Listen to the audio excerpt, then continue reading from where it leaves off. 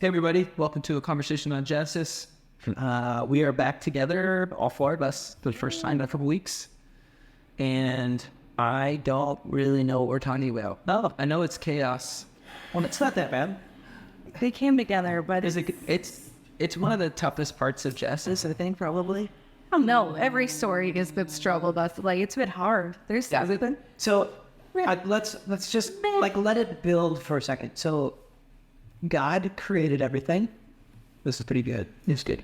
And humanity had an interaction with something that wasn't humanity. That in itself, to the interaction with the snake, whatever. So they mess it up, and there's incredible consequence to that. The next page, Cain and Abel. So Adam and Eve's sons, they bring a sacrifice. They both bring a sacrifice to God. God is all about what's happening on the inside, not necessarily what's happening on the outside. We have to hold that. But Cain kills Abel. There's a lot of Abel kills Cain. No, Cain kills Abel. Cain kills Abel. Cain becomes jealous of how much God liked. Because God is like sugar cane, which is a vegetable, he's the veggie guy. That's our flavor. I like that. And Abel was able to be killed. But Oh my gosh. But so that happens. There's the world spirals into chaos. There's the flood, which is a global genocide restart. There's the Tower of Babel, where humanity uses its capability to be equal to God, not made in the image of God. And through all, so if you just grab all these narratives and you don't say, if you just neglect the reality that God is in the midst of humanity's predictable failure, is constantly working to restore relationship. If you just say, what's happening in these stories? Oh, God is always so angry. And I can see how that can be seen as a thing, but so that's building. And again, the recurring theme is that God is working so stinking hard. He's going, what do I need to do for you guys to have a relationship with you? But then we zoom into this family, and then Rachel can just talk about it. But Yeah, that man. Yeah. Abraham has some family, and why don't you? I've been waiting so long for this moment, because if you would just tap off of the highlights of chapters 17 to 19. It's terrible. So starts out good. Like everything is happy. Abram becomes Abraham. Oh yes, Sarah becomes Sarah.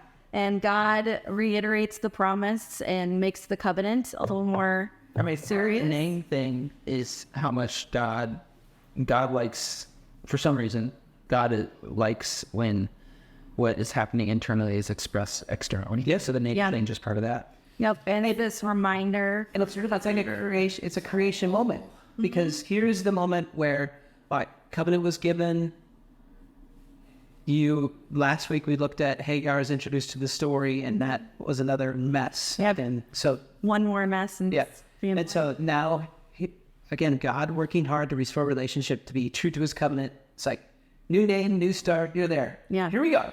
Yep, and it's good, and things are happy, and there's 3 people that come, and 2 are angels, and 1 is the Lord, and they come to visit Abraham and Sarah, and I really like this part, the hospitality comes in, and Abraham, I just imagined him.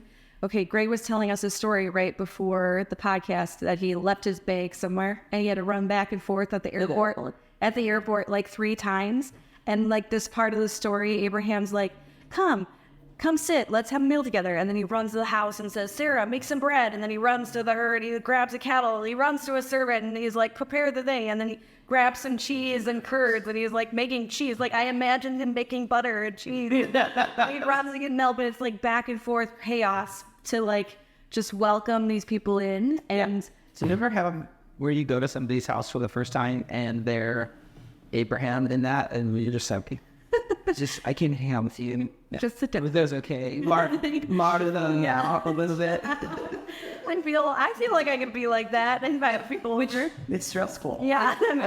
There is a degree of whatever, forward or backward, I would like to that in the Martha and Mary story, is that, again, they were, here Abraham is doing probably the less noble thing, trying to swoop in. And I think the thing that's kind of funny about that, and it's true in the perspective of the host, but to deity, what could you possibly do? Yeah, how can you take care of these angels from the Lord? So they, anyways, they have this conversation. They tell Sarah next time they'll be there, she'll be pregnant, and she laughs, which we always give Sarah a hard time for laughing, but Abraham laughed first, okay? Yeah.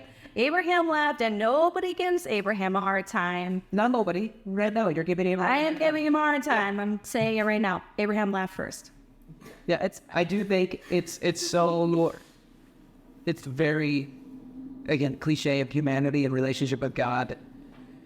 Is that like the question is like, why are you laughing? I didn't laugh. Like I did laugh. Yes, you did. What do you mean? I didn't laugh. It's like again, it's like the parable of looking at God and he's going scared. Yeah, we're going. I have never sinned, God. It's like, yeah, you have. Yeah, I'm serious. I am so serious. I promise. And so it's it's funny. So yes, which wasn't the end of the story. not even close. Like not even a little bit. Want to be nice. So then, okay, so all that happened, and then they're all by the city of Sodom. And so the angels are looking over to Sodom, and then they go to Sodom to check it out. Yeah, but there's this dialogue though. It's like some bad things are happening here, and yeah. So like God starts having this conversation. There's no dead people there. There's no good people there. God starts having this conversation, like with himself in front of Abraham, and he's like, "Should I tell Abraham what we're gonna do to Sodom? That we're gonna destroy it?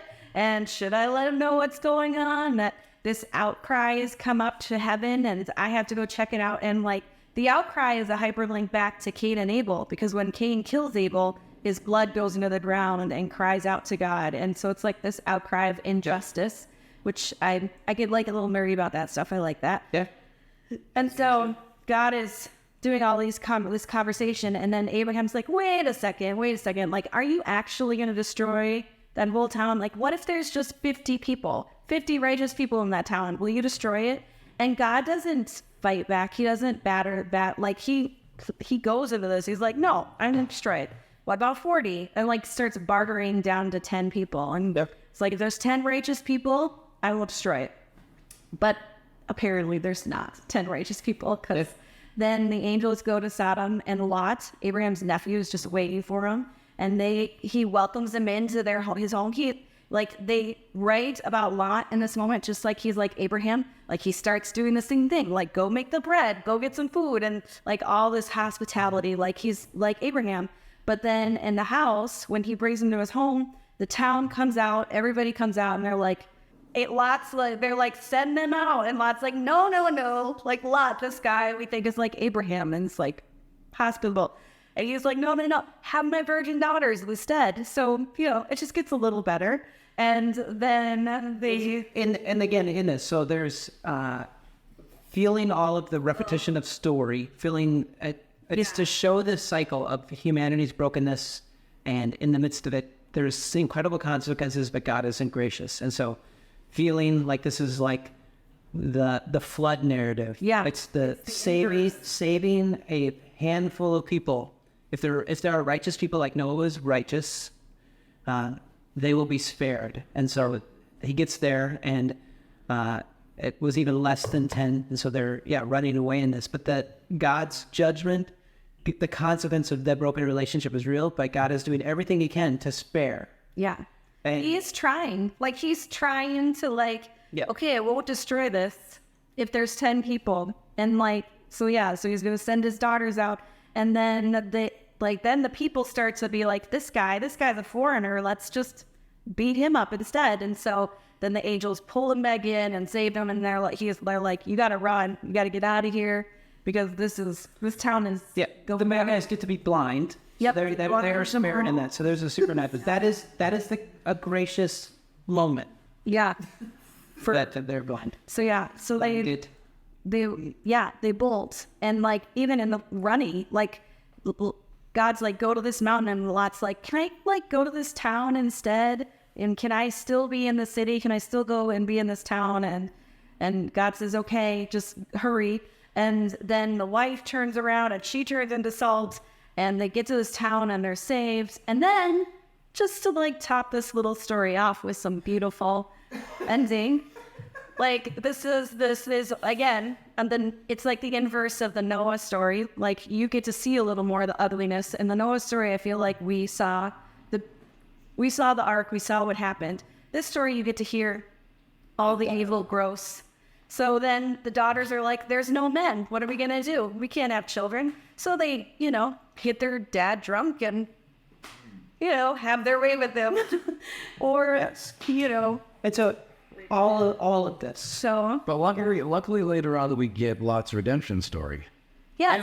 That's Dad. No. And then the daughters, well, the redemption story is the daughters become pregnant with Moab and Ami, I think. And that becomes the Moabites and the Ammonites. Who are constant trouble. Yeah. Are always fighting with the Israelites. So it's like, Yeah. So the thing, we wrestled a lot. Greg, you were there for part of that. Just going like, what are we going to do with this? Why? yeah. And there are a bunch of some of the, this isn't probably the right word, but some cliche sermons that come out of some of these texts. And it's usually out focusing on the wrong things. It for sure can be elevating the people. You could say, in this aspect, be like Abraham, in this aspect, be like Lot. And there are admirable traits of people, but the hero of this narrative, the one that we see doing the hard work of relationship is God. Yeah. And in order to feel, I think it's poignant, it's poetic, it's perfect, is that if you just say, God is working really hard to have a relationship with you and with humanity. Got it? Good. Well, it's radically different when you feel the actual weight of like, let's see how bad of a picture we can see and see that God is still working the aspect of restoration and relationship. Because what we look at right after this is, again, God fulfilling this covenant with Abraham. It wasn't over. And one thing that just was like a big, very helpful for me is that like reading this story over and over and over again and just going, yuck, led me to a moment where I found myself really asking the question that Nicodemus asked Jesus in John chapter 3. Nicodemus is a religious authority, well-educated, trained, respected, a Pharisee, and he comes to Jesus late at night and actually doesn't ask a question, but he comes up to Jesus at night. He goes, "You're a wise teacher. Nobody could do what you do or have the insight that you have unless you're from God." And then Jesus again says, "If you truly want it, if you see God," which is what Jesus was saying to Nicodemus, it's actually pretty remarkable that you see. And then it goes into this like skit of, well, if you want to be to truly see God, you have to be born from above, which in Greek is it's a dual meaning word, born again, or born from above, or born from heaven, or born physically again from your mom. And that tension to the Genesis story. So in order to truly see God, I have to go back to my birth innocence. No. You actually be born from heaven, have connection, relationship with God. Okay, wait. So I gotta go. My mom isn't gonna like that. I have to be back at my mom. No, I'm telling you that you have to be born. You have to be born of God. You have to be reborn spiritually. So it just continues on, and like again, in the worst of Genesis. So like the restart. So do we have to do creation again? No. Be born of God, born from heaven. So wait, this is so bad. So God, do you want to just blow up the earth and then you'll start over again, born again? No, be born from heaven, born from above, born of the Spirit. And so to bring that into our own lives, you just go, I'm in a mess. Life is a mess. And so, in fact, I don't know, other than a total redo, I don't know what to do with my life. that happens. That comes into our life. And so the answer to that, like, God isn't saying that, or you're right, you do need to die and be born again physically. You need to go all the way back to the beginning. Your life is a waste. It's like, no, you need to be born from above. There's so much grace in that. And then John's commentary from that is that Jesus came not to condemn, but to save. Anyway, it's pretty heavy. I just think that the weight of the awful story is the joy of that is that Jesus God didn't blow it up and just give up. But rather he said that it's that new beginning, new born again, born from above. I think too, like the things that I have been processing quite a bit in this story, relate to that are like the idea of righteousness and grace. And righteousness, like over and over again, we're told Abraham's righteous, but he is not a perfect character. Like he makes all these mistakes. And so it's like, what does it mean to be righteous? Like, I think it's easy for us to go like righteousness is a behavior, but it's like Abraham, he screwed up a lot and he owned people and treated people like property and lied about who his wife was. Like there were mistakes that were costly to other people. And I don't know, like if I said, oh, I personally wouldn't go, that's a righteous guy. You know what I mean? Yep. And it's really about him talking with God and who God is and what God sees in him and what God brings out of him and that relationship. It feels like it's so outside of Abraham, which is like the New Testament, right? Over and over again, that's what we talk about. It has nothing to do with Abraham actually behaving himself. You know, it's just so much more about, hey, he walked and talked with God. He still made huge mistakes. Yep.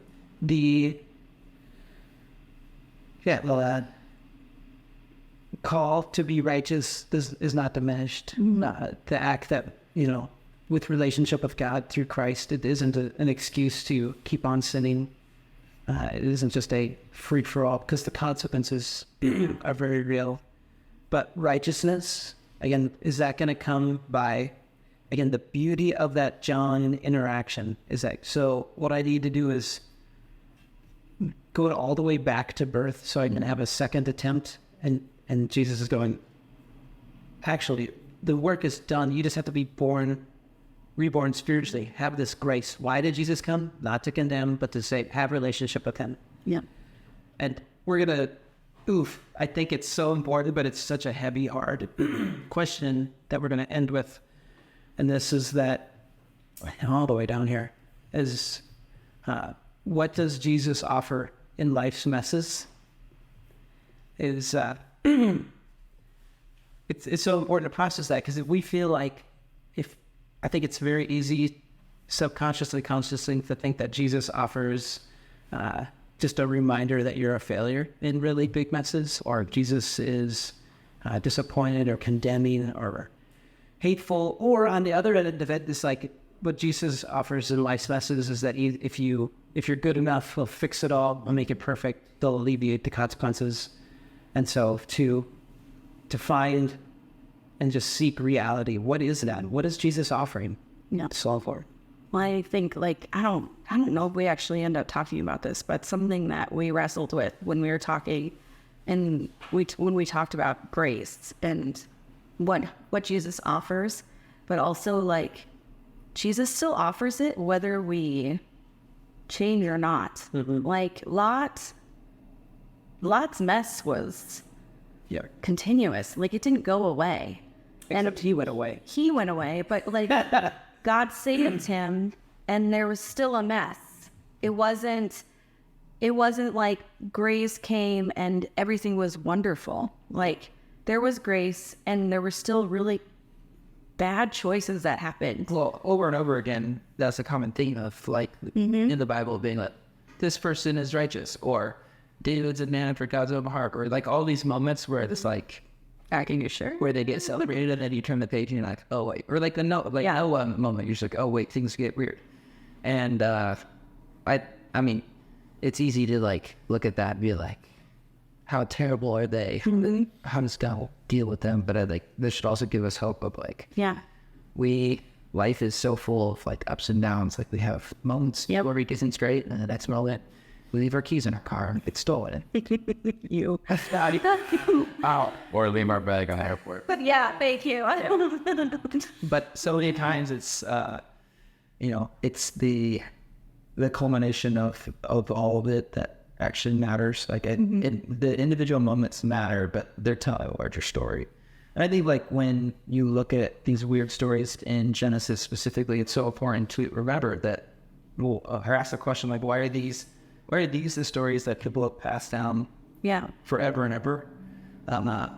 Because this story, as much as we can look at it and it's so much chaos, this story gave so much hope to the people that were sharing it to one another. Yeah. Because it's God continuing to be on their side, continuing to redeem that even when it all hits the fan there over and over. There's a constant telling of God being the redeemer, where hope is found. These people did not have the scientific method or the internet, Wikipedia, or people to call when things went bad. Like there's like over and over is where's your hope? It's in God, because that's where it matters. Yep. And these telling is that it's not in that history. Were these stories told to elevate the people of the past and how great they were? And you just go, how could it be? Every page, but the one that is to be celebrated, the one that in the midst of absolute chaos, which we actually, when we're honest, we're like, it's very easy to go, oh yeah, I get the chaos. And so what's the constant in this narrative is God constantly opening up the next door for relationship. And is that by, again, like if we can truly celebrate that, is that by saying, well, I messed up this life. It's over. It's worthless. Do I need to be actually go back to my birth mom in her again? No. You don't have to be born again from your mom. Be born of the Spirit. Be born, have relationship with God. And guess what what he did in Genesis and what he's doing in us today is that when you have that relationship with God, it's like welcome to a new beginning. Yeah. It's deep. Got the wrap up? I don't think we would have these 3 hard chapters to work through without, and I think I said this when we were talking through it, but without God showing his covenant and his promise to Abraham.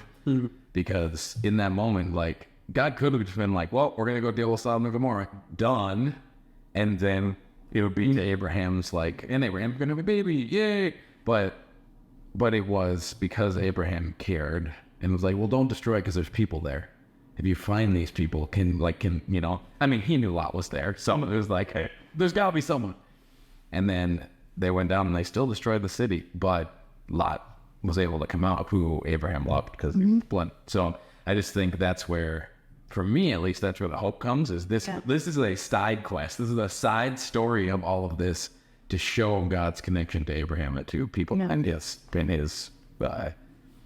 just he's trustworthy and he is solid and he's loyal and he, like, when he makes a covenant, he keeps a covenant, like there. So I just think the hope that you were talking about, like, it gave so much hope.